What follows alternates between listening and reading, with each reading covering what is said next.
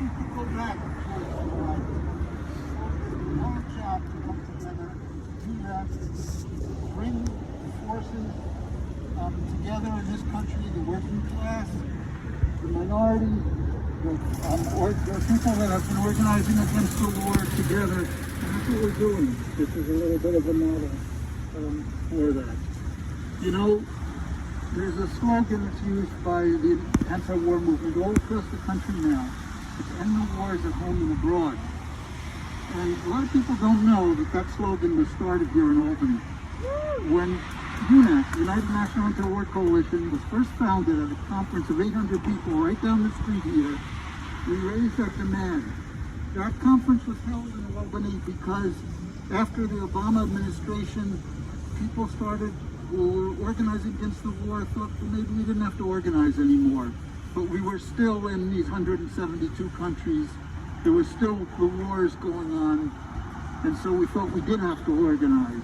And we did it here because this was a city where Muslims were under attack. The idea of the war against terror started being seen here in the streets again in the United States. They attacked Muslims up at a mosque on Central Avenue. 2 of them went to jail for 15 years. Another man in Delmar, Imam Umar, was attacked and they tried to put him in prison. And we did a big defense for him and won some victories in that particular case. And other Muslims were attacked in this area. But then we started seeing the militarization of the police. And we started seeing this soldiers come home, many of them going into the police forces. We started seeing people, police forces dressed in khaki and using military equipment. And the wars overseas never stay overseas, they come home. So as we build a movement to fight against the right-wing attacks that we have seen, to fight for the demands that people need just to survive, as we do that, we must make sure that anti-war and anti-imperialist demands are part of that. You know, we can end a war. We did that with Vietnam, in the Vietnam War, because we had a gigantic movement where people came out. It really got part of the whole culture. People in the military stopped fighting and started fragging their officers. But we can't build a movement that will end war in general, maybe end a single war. War is going to always continue as long as we have capitalism and imperialism. So the way to end war is to end capitalism. So a left front is a good way to do that. Thank you. Thank you very much, Joe. Next speaker here is going to be Gabrielle Silva. Are you here, Gabrielle? Gabrielle is with Citizen Action, and I guess we'll be talking about climate and the Green New Deal. Thank you so much. Hi, everybody. It's great to see all of you out here. I'm going to keep my mask on. So, there's a lot to celebrate today, now that Trump is gone.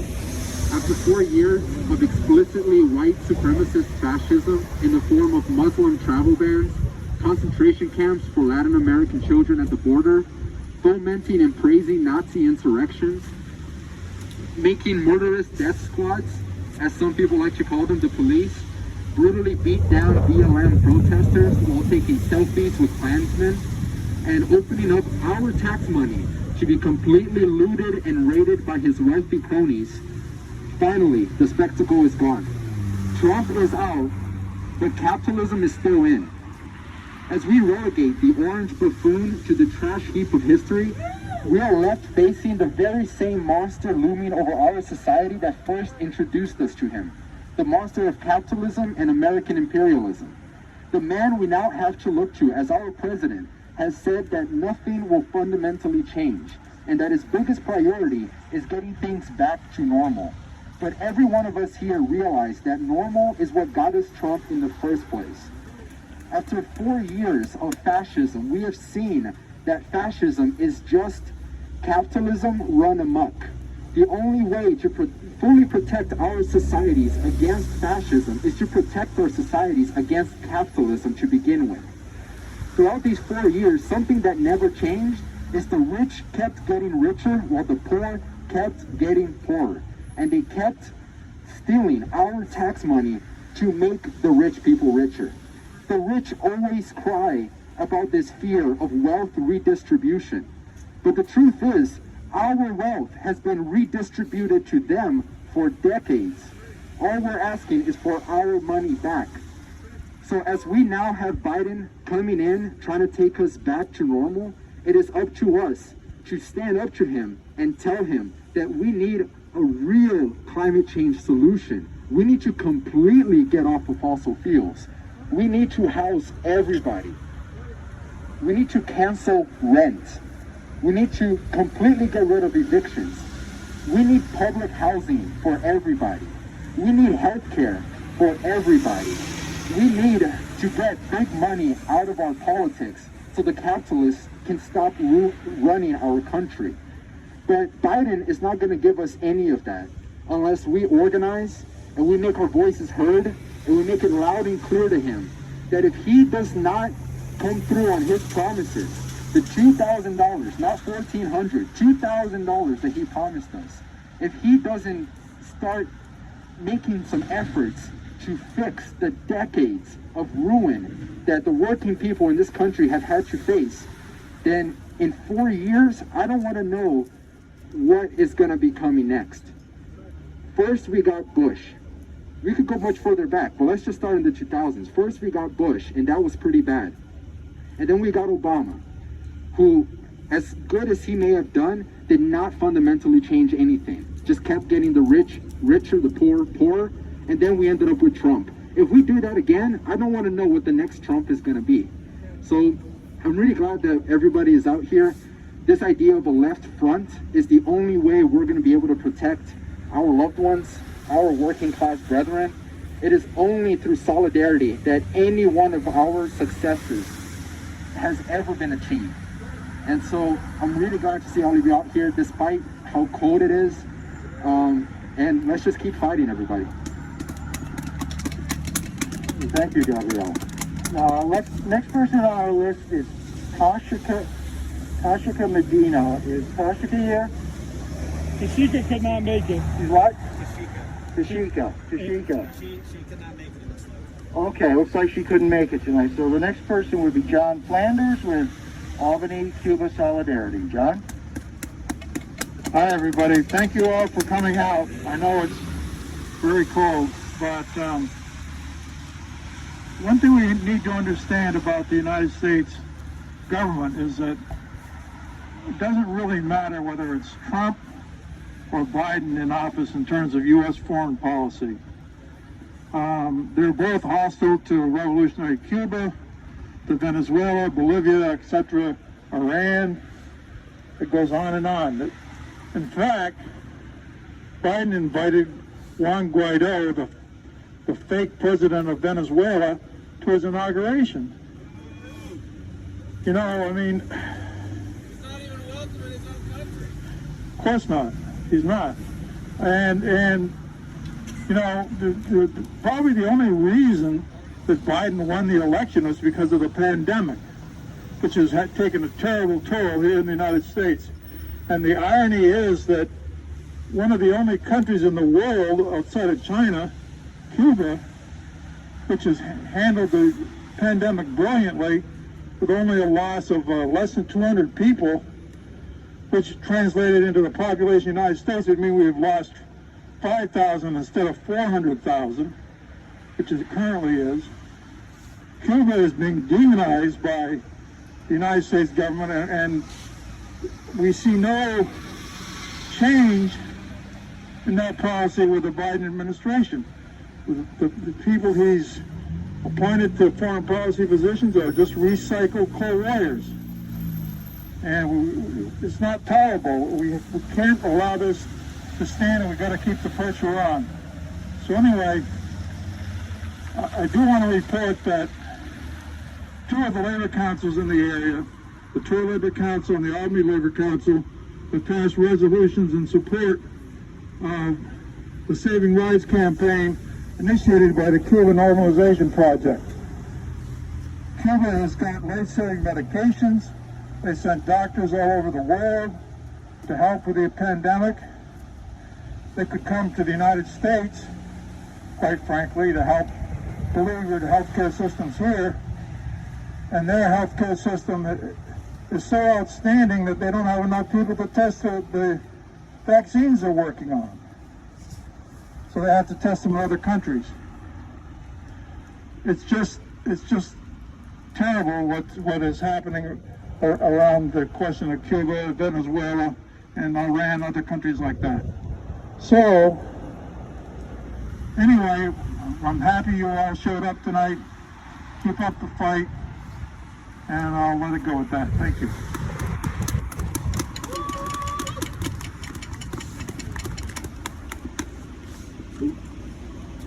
Hello, thank you everybody for coming. Up next we have Julian from DSA, Albany.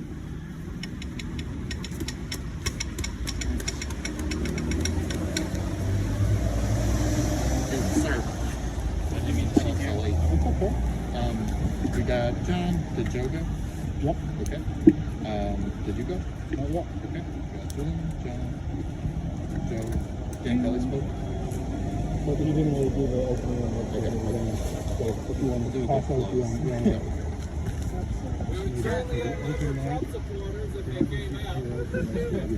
Looks like it. There's one, yeah. Can everyone hear me?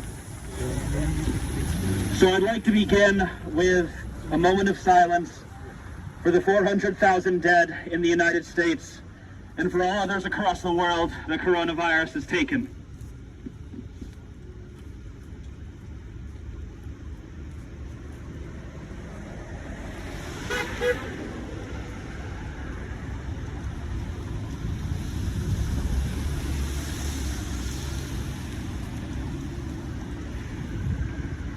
I wanted to start there because though I don't hold it against anybody for celebrating the end of Trump's regime, with the hope of renewal will be the inevitable temptation to bury this tragedy deep. But the people who this catastrophe has taken must remain at the forefront of our minds.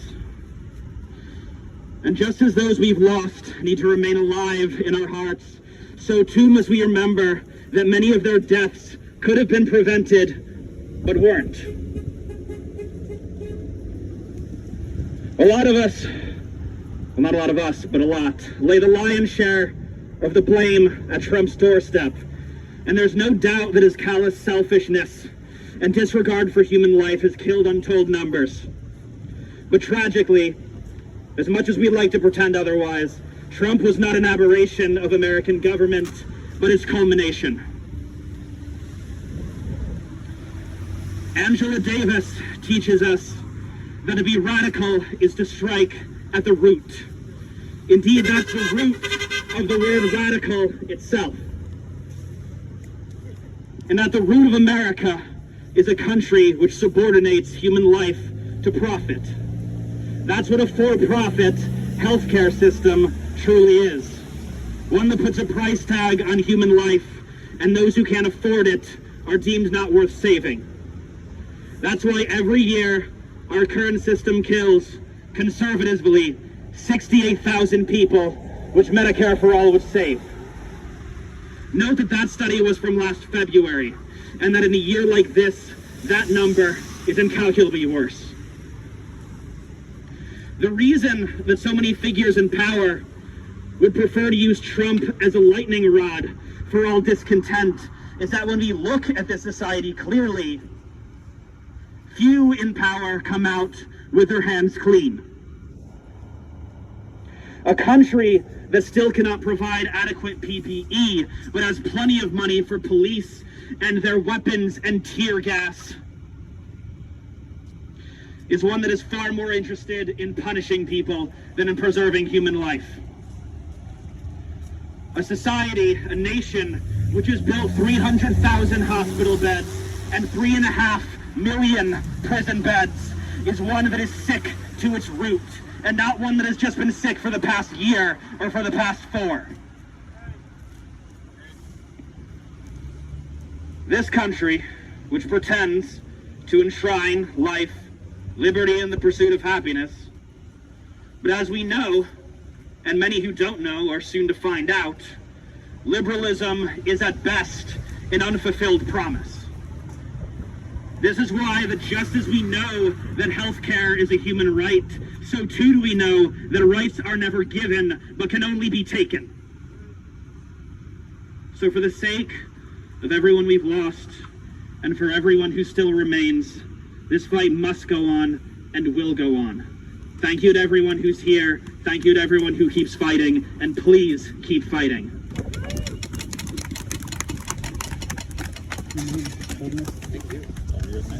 All right, so let's open the floor for some open discussion. And let's start that with Kathy Fitzsimmons from Socialist Workers Party.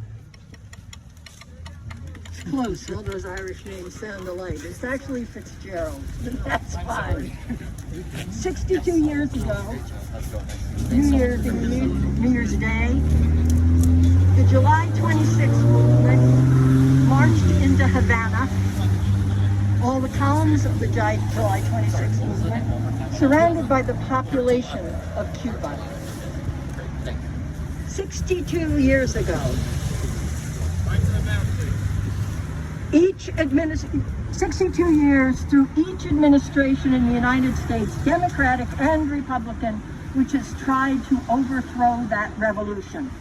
During those 62 years, the country of Cuba has been transformed through the labor of its people, free education, free medical care, combating racial discrimination, sending aid all over the world. Donald Trump, in the last months of his administration, has tried to impose tremendous hardships on the people of Cuba. He has, which must be ended. It is possible that Joseph Biden may take the approach of his predecessor, Obama, with a different approach.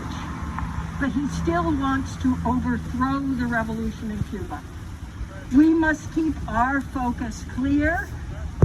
That is, dissolve the so-called terrorist nation list, end the embargo of Cuba, and get rid of Guantanamo. That's right, it is Cuba. Give it back to Cuba. Lastly, I want to say that we in the Socialist Workers Party want to emulate the Cuban road here in the United States. Just as the Cuban people transformed the entire country, social relations, human relations, and economic relations on that small island, we want to do it in the imperialist bastion of the United States. Join us in doing that, and also keep defending Cuba. Importantly, go to Cuba. As soon as possible, brigades will be once again organized. We encourage anybody, particularly young people, to take the advantage and go down there. And you can talk to anybody from the Solidarity Coalition about that. Thank you for letting me speak. Kathy Fitzgerald, everybody. Thank you so much. And I second that.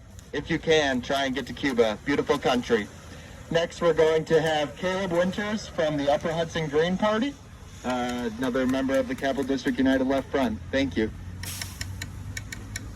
Thank you, Canyon, and thank you to everybody who's here tonight. I know it's freezing cold. We're in the middle of a pandemic. I appreciate everybody who showed up. I do want to mention that Tashika Medina of Equality for Troy does send her regards. There was a screw-up, an emergency, excuse me, and she was not able to attend today, but sends her best. We stand here today as Joe Biden is sworn in as the 46th president after having been in public office for 47 years and having already done tremendous harm to the working class. Don't get me wrong, I'm glad that Trump is gone, but we all know that our problems are not going away just because we have another Democrat in the White House. Yesterday, we reached 400,000 deaths in the U.S. from COVID-19. There is a more contagious strain of COVID being found in increasing numbers. More than 10 million people lost their health insurance, putting the total uninsured or underinsured at around 92 million people. And yet we are still not going to get Medicare for all. In fact, Biden's proposed relief package includes more profits for health insurance companies after they already reaped record profits during the ongoing pandemic. Meanwhile, 27 million U.S. workers are unemployed, otherwise out of work because of the virus, or have seen a drop in hours and pay because of the pandemic. And 140 million are poor or low income. And Biden already broke his promise on the one-time payment of $2,000 when people should have had at least $2,000 a month from the beginning of the pandemic. We also have experts telling us that they estimate 40 million people in America could be at risk of eviction in the next several months, after we have seen dramatic increases in homelessness since the pandemic began, and we had a major problem before the pandemic started. All that to say, we need to demand system change to help the working class, who are unrepresented by our misleaders, whose basic needs are not being met, and whose basic rights are rapidly eroding. We need a real Green New Deal. One that was first proposed by Howie Hawkins in the U.S. in 2010, during all his gubernatorial candidacies in 2010, 2014, and 2018. And we also need to wage peace by ending wars, ending sanctions, engaging in dialogue and diplomacy, and respecting the right of self-determination. I also want to mention that this year is the year of local elections. And we are the people here tonight who need to change the system, which starts by changing the narrative from profits before people to people before profits. So if anyone's interested in running for local office, I have lists of the surrounding counties of what offices are up for election. I'd love to speak to you about running for office. Thank you all for being here. Solidarity.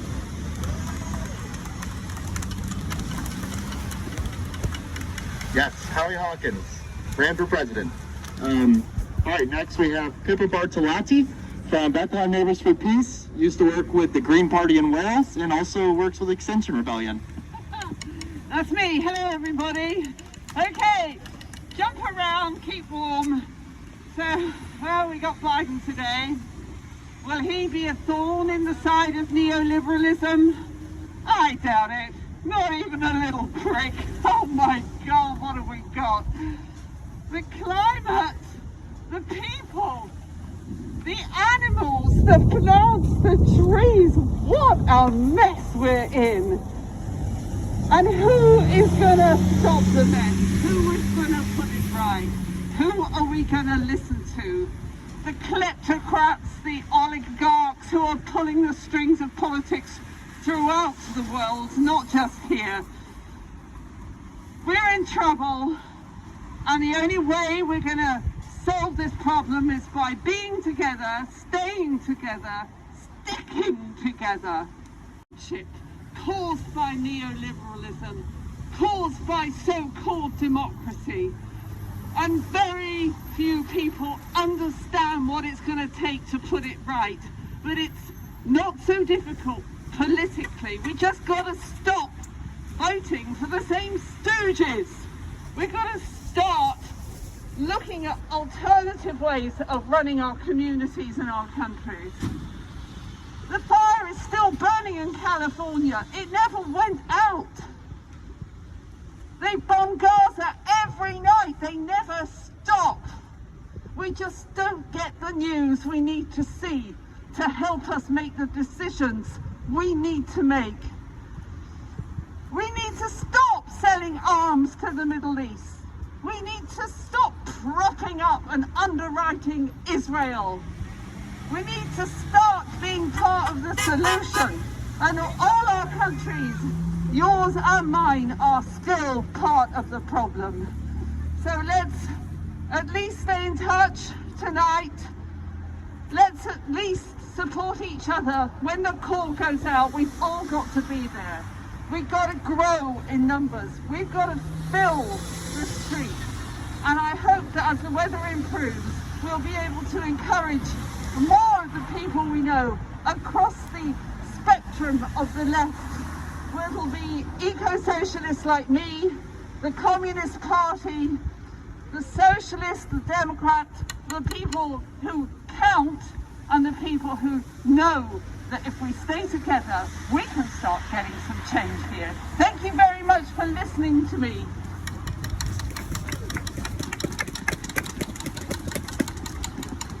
Okay, so we've kind of gone through almost all of our speakers. Does anybody want to come up and preach? Dan Platt from the Green Party, everybody. Hey guys, it's brilliant to see you all here. On Facebook I saw, I think this event had like over 300 people. Now, I love all of them, in fact, and what they all have in common, even though they're not physically out here in this chilly night, is that they all want to build socialism of some kind. And I think something, I'm just talking about America here, something that the left in America has not done very well or done consistently is build socialism. Now we all have maybe different answers, but I think we all have very similar answers in what it looks like. It means co-ops. It means community everything. And right now I'm working in community media at Grand Street, where we're going to do citizen journalism for real. And I'm doing my own show, right? And I'm working with a lot of other people. And we're going to be official with the sheriff. You know, we actually got to collect information, journalism. And we're actually going to look into things like Albany housing. And we're actually going to look into the issues way beyond what the TU does. And probably long term, and what was just said, was that we kind of needed that drum beat. That drum beat, like, imagine like, what drove everyone crazy about Trump was that he was a consistency. He was there every day on Twitter. He was there. He is the president after all. He's on TV every day. Every outlet has to cover him because he's the president. And everyone was driving him crazy. Everyone needed him gone. Everyone needed change.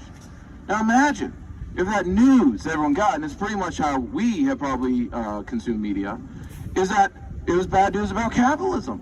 Bad news about the tragedies of our society.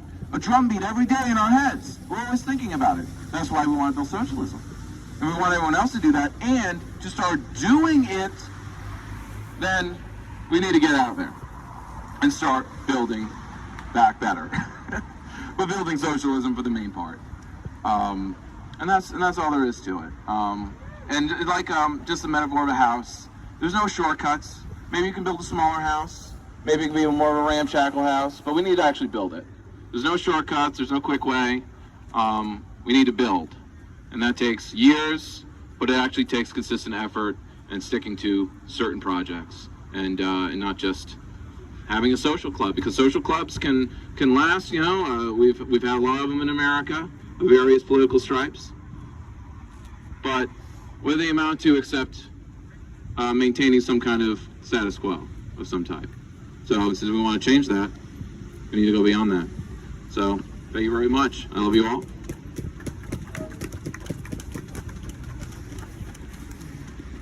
Thank you, Dan. All right, next we have Kirk Wins, the chairman of the Capital District Socialist Party.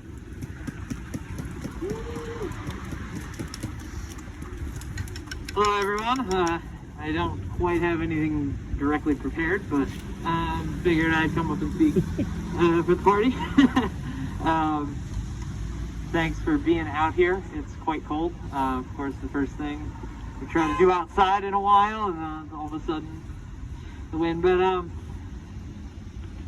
just thinking about today, of course, obviously, I'm sure we're all like happy that Trump is out of office now, but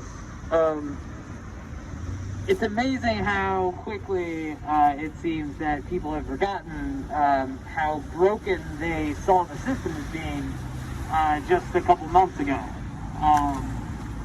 And we can't, I think it's important that we keep up our work in exposing the brokenness of the system and the inherent inequalities of capitalism. Because it seems that some people have been now Trump's gone. We can be hopeful that things will change for the better, and maybe we can elect some progressives, and yeah, they'll fix the system. When just a few short months ago they were agreeing along with me, at least people I know, that yeah, the system's completely broken. We need to tear it down and start anew. So we can't let that false hope that the Democrats and progressives offer sway us. I'm sure we won't, the people here, but we can't let it sway other people too then. And because that's all it is this false hope. Biden's speech about unity and, you know, how we're going to, everything's going to be better now. It's just false hope. He's not going to fix the problems of the system that we see, that are there, that are evident. And I certainly don't trust someone who's been an agent of capitalism for decades, for what, almost half a century now, right?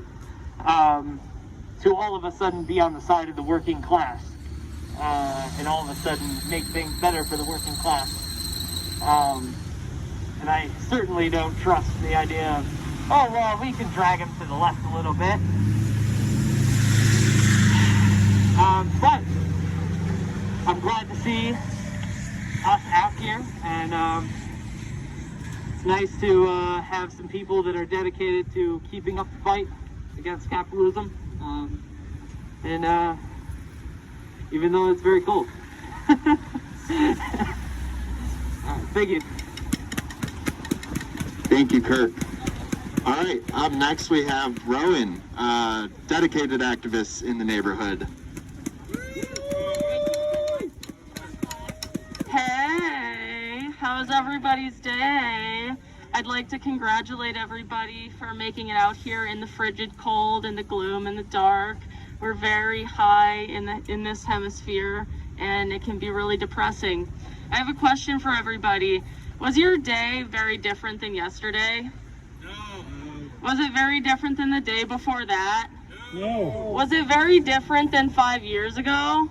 No. When's the last time your day was kind of different than waking up, exhausted, forcing yourself to eat, going to work, hating it, hating everybody, not being taken care of by anyone but yourself? When's the last time something was like, it doesn't even have to be better? When was it? I don't know. It was like 2008, right? That's the last time anything significant changed, and it was bad even then. And so I have another question. Who works for wages? Who works for an hourly wage? Yeah, that's really tough. So Joe Biden and Kamala Harris are the exact people, the progenitors for why it gets so much harder for working class people to exist every day. Trump was a symptom. We all know that. He was horrible. He was racist. He was bigoted in every possible way. Truly repugnant. But it's the neoliberals. It's the Democrats. People like Obama, Joe Biden, people like,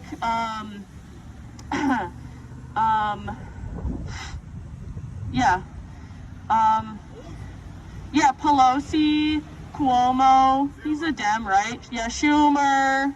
Yeah, we all know. And so like all the liberals are people, they're talking about going back to brunch. It's absolutely not time to go back to brunch. If anything, it's time to step it up 10 times as hard.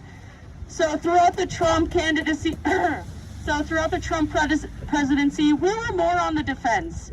We were protecting our own from like really dangerous bills and laws that were being passed. We were protecting our undocumented friends, our working friends, our LGBT friends who were in danger because of the laws being passed.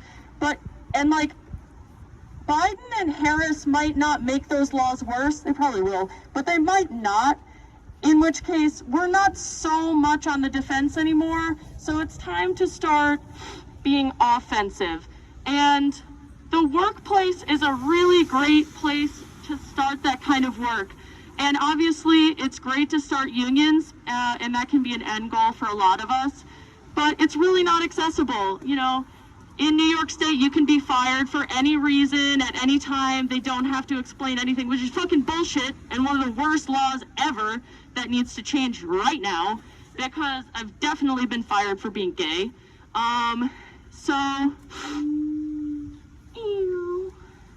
What was I saying? Oh yeah, so it can start small. Talk to your coworkers. Talk about how much you're paid.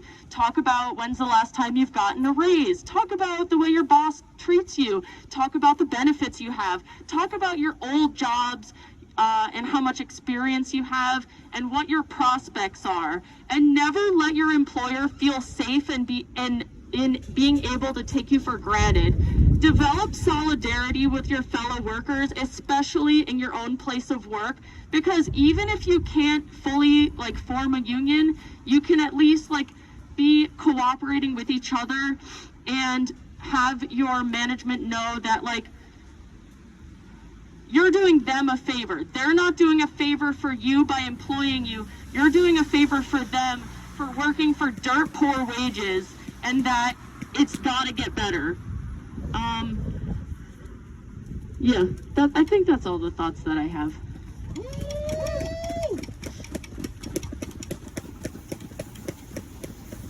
Healthcare is, in my opinion, the most important. Also destroying ICE. Spot on. Thank you, Rowan. Does anybody else want to speak? Floor is open. If not, we're probably going to close soon because it's cold. All right. Yeah, not seeing any hands.